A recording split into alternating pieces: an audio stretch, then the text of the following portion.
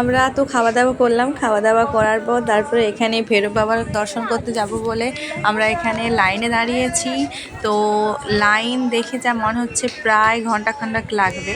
এটা এবারে শুধু নতুন নয়, কিন্তু এবারে একটা জিনিস ভালো যে বরফটা পড়েনি, ওয়েদার একদম খুবই সুন্দর রয়েছে, ওয়েদার পুরো ক্লিয়ার ওয়েদার, রোদ বেরিয়ে গেছে, তো তাতেও ঠান্ডা লাগছে।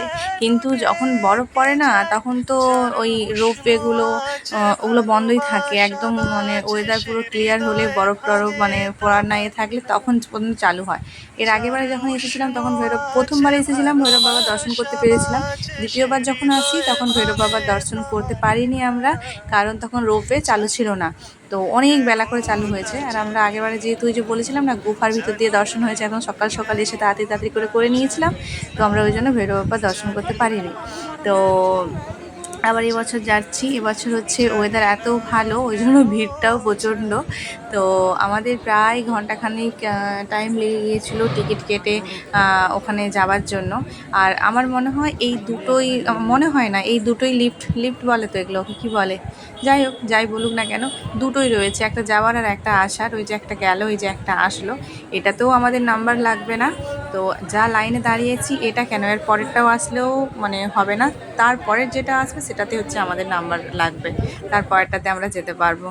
তো আরেকটা কথা বলি আপনাদেরকে, আমিও জানতাম না এটা, এর আগেরবার যখন গিয়েছিলাম তখন জানলাম যে ভৈরবনাথকে মাতাদি বলেছিল কিছু, তো একটা স্টাফ কিছু ছিল।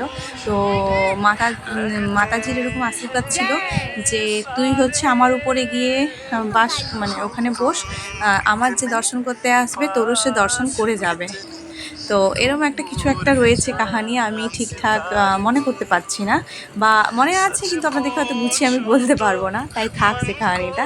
ওই যে বললাম না একটা চলে গেছে, তারপরে এটা দ্বিতীয়টা গেল, এবারে যেটা আসবে সেটা আমরা বল।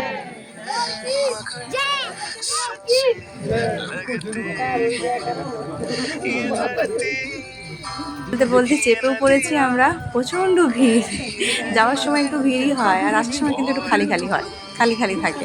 তো যাওয়ার সময় প্রচণ্ড ভিড়, সবাই মিলে চেপে পড়েছি আমরা। এই যে মোটামুটি জার্নিটা আমার মনে হয় 2 মিনিটের কি 3 মিনিটের থাকে, ঠিকঠাক আমার মনে নেই। তো এই যে যাতায়াতটা এত ভালো লাগে, অন্য কোথাও তো গিয়ে তো এরকম রোপওয়েতে আমি কোনোদিনও চাপিনি, এখানেই পরপর 2 বছর চাপছি।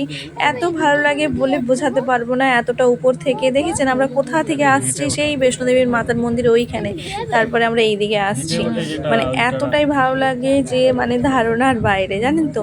আবার কিছু কিছু মানুষ তো পায়ে হেঁটে বাবা ভৈরবনাথের দর্শন করতে যায়, জানেন তো। তো এখানেও আমি হচ্ছে কয়েকজনকে, এই দেখুন বলছিলাম না, ওই দেখুন ওইদিকে দেখা যাচ্ছে ওনারা সব পায়ে হেঁটে চড়ছে। আর জানেন তো এর আগের বারে যখন বৈষ্ণোদেবী দর্শন করতে আসি সেবারে হচ্ছে অর্ধেক রাস্তা পর্যন্ত তো হেঁটে এসেছিলাম, আর অনুকে একটা ওই প্যারাম্বুলেটার যে গাড়িগুলো হয় আর কি, ওগুলোতে চাপিয়ে দিয়েছিলাম। তো আর আমরা অর্ধেক রাস্তা পর্যন্ত হেঁটে হেঁটে এসেছিলাম, কিন্তু অনুর পাপা আর আমার মামা ওরা হচ্ছে পায়ে হেঁটেই এসেছিল পুরোটা একদম। তো এই যে আমরা পৌঁছে গেছি, আমরা প্রসাদ তো কিছু নেব না, আমরা হচ্ছে এমনি শুধু বাবা ভৈরবনাথের দর্শন করবো। আর যে বললাম ওই দিয়ে দেখুন, ওই যে লাইনটা যাচ্ছে ওখানে হচ্ছে বাবার মন্দির ওই উপর দিকে। আর এখানে আমি ঠিকঠাক জানি না লকার টকার রয়েছে কিনা সমস্ত কিছু রাখার জন্য। তো আমরা কি করেছিলাম যে আমি আর ভাবি নিচে ওয়েট করছিলাম বাচ্চাগুলোকে নিয়ে, কারণ বৈষ্ণোদেবীর ওখানে তো চলতে চলতে মানে প্রায় 4 জনের মতো মোজা নিয়ে গেছিলাম, ঠান্ডা তো, তো ওখানে সমস্ত মোজা ভিজে গিয়েছিলো। আর এখানে বাবার কাছে গেলেও পুরো সিঁড়ি ভেজা, তো বাচ্চাগুলোকে আর নিয়ে যাব না, কারণ মোজা একটা করেই শুকনো রয়েছে ওদের, আর খালি পায়ে তো হাঁটানো যাবে না, তো ওরা থাকবে। তো প্রথমে হচ্ছে ওরা দুজন গেছে, তারপরে আমি আর ভাবি বাচ্চাদেরকে নিয়ে ব্যাগ নিয়ে বসে রয়েছি, ওরা দর্শন করে আসলে তারপরে আমরা যাব।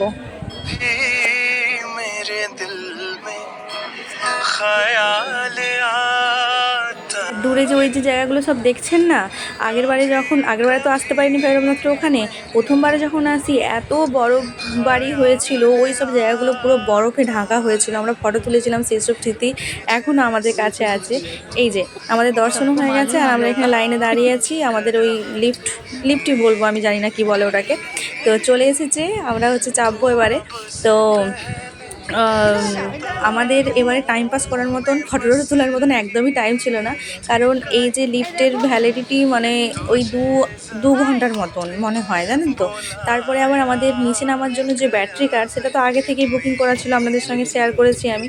তো তারও টাইম হয়ে যাচ্ছিলো, ওই জন্য আমরা ফটাফট একদম দর্শন করেই তাড়াতাড়ি করে চেপে পড়েছিলাম আর দিয়ে চলে এসেছিলাম নিচেতে। চলুন তাহলে নিচে যাওয়া যাক।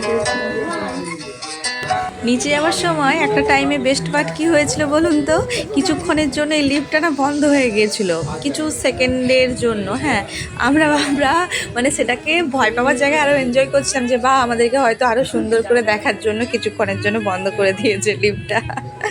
তো যাই হোক, চলুন নেমে পড়ি। এরপর তো ব্যাটারি কারে করে যাব আমরা অর্ধেক রাস্তা পর্যন্ত। তারপরে এবারে আমাদের প্ল্যান আছে আমরা অর্ধকুমারীর দর্শন করব, তারপরে আবার নিচে নামবো। তো নিচে আমার প্ল্যানটা দেখা যাক কীভাবে কী করে হয়, এখনও পর্যন্ত কোনো সেরকমভাবে প্ল্যান হয়নি আমাদের। আর এই যে নাজারাগুলো, এগুলোই তো মনের স্মৃতি হয়ে রয়ে যায় বলুন। কত দূরে দেখতে পাচ্ছেন মন্দির, আমরা কত উপরে উঠেছিলাম। তো চলুন তাহলে আজকে ভিডিওটা এখানেই শেষ করছি। সবাই ভালো থাকবেন, সুস্থ থাকবেন, আর আমার ব্লগগুলো প্লিজ দেখবেন। আর যদি ভালো লাগে তাহলে একটা লাইক করে দেবেন, একটু ভালো কমেন্ট করে যাবেন। আর ইউটিউব থেকে দেখলে আমার চ্যানেলটা প্লিজ সাবস্ক্রাইব করবেন, আর ফেসবুক থেকে দেখে থাকলে প্লিজ চ্যানেলটাকে ফলো করে দেবেন। সবাই ভালো থাকবেন, সুস্থ থাকবেন, দেখা হবে খুবই শিগগিরই নতুন একটা ব্লগে।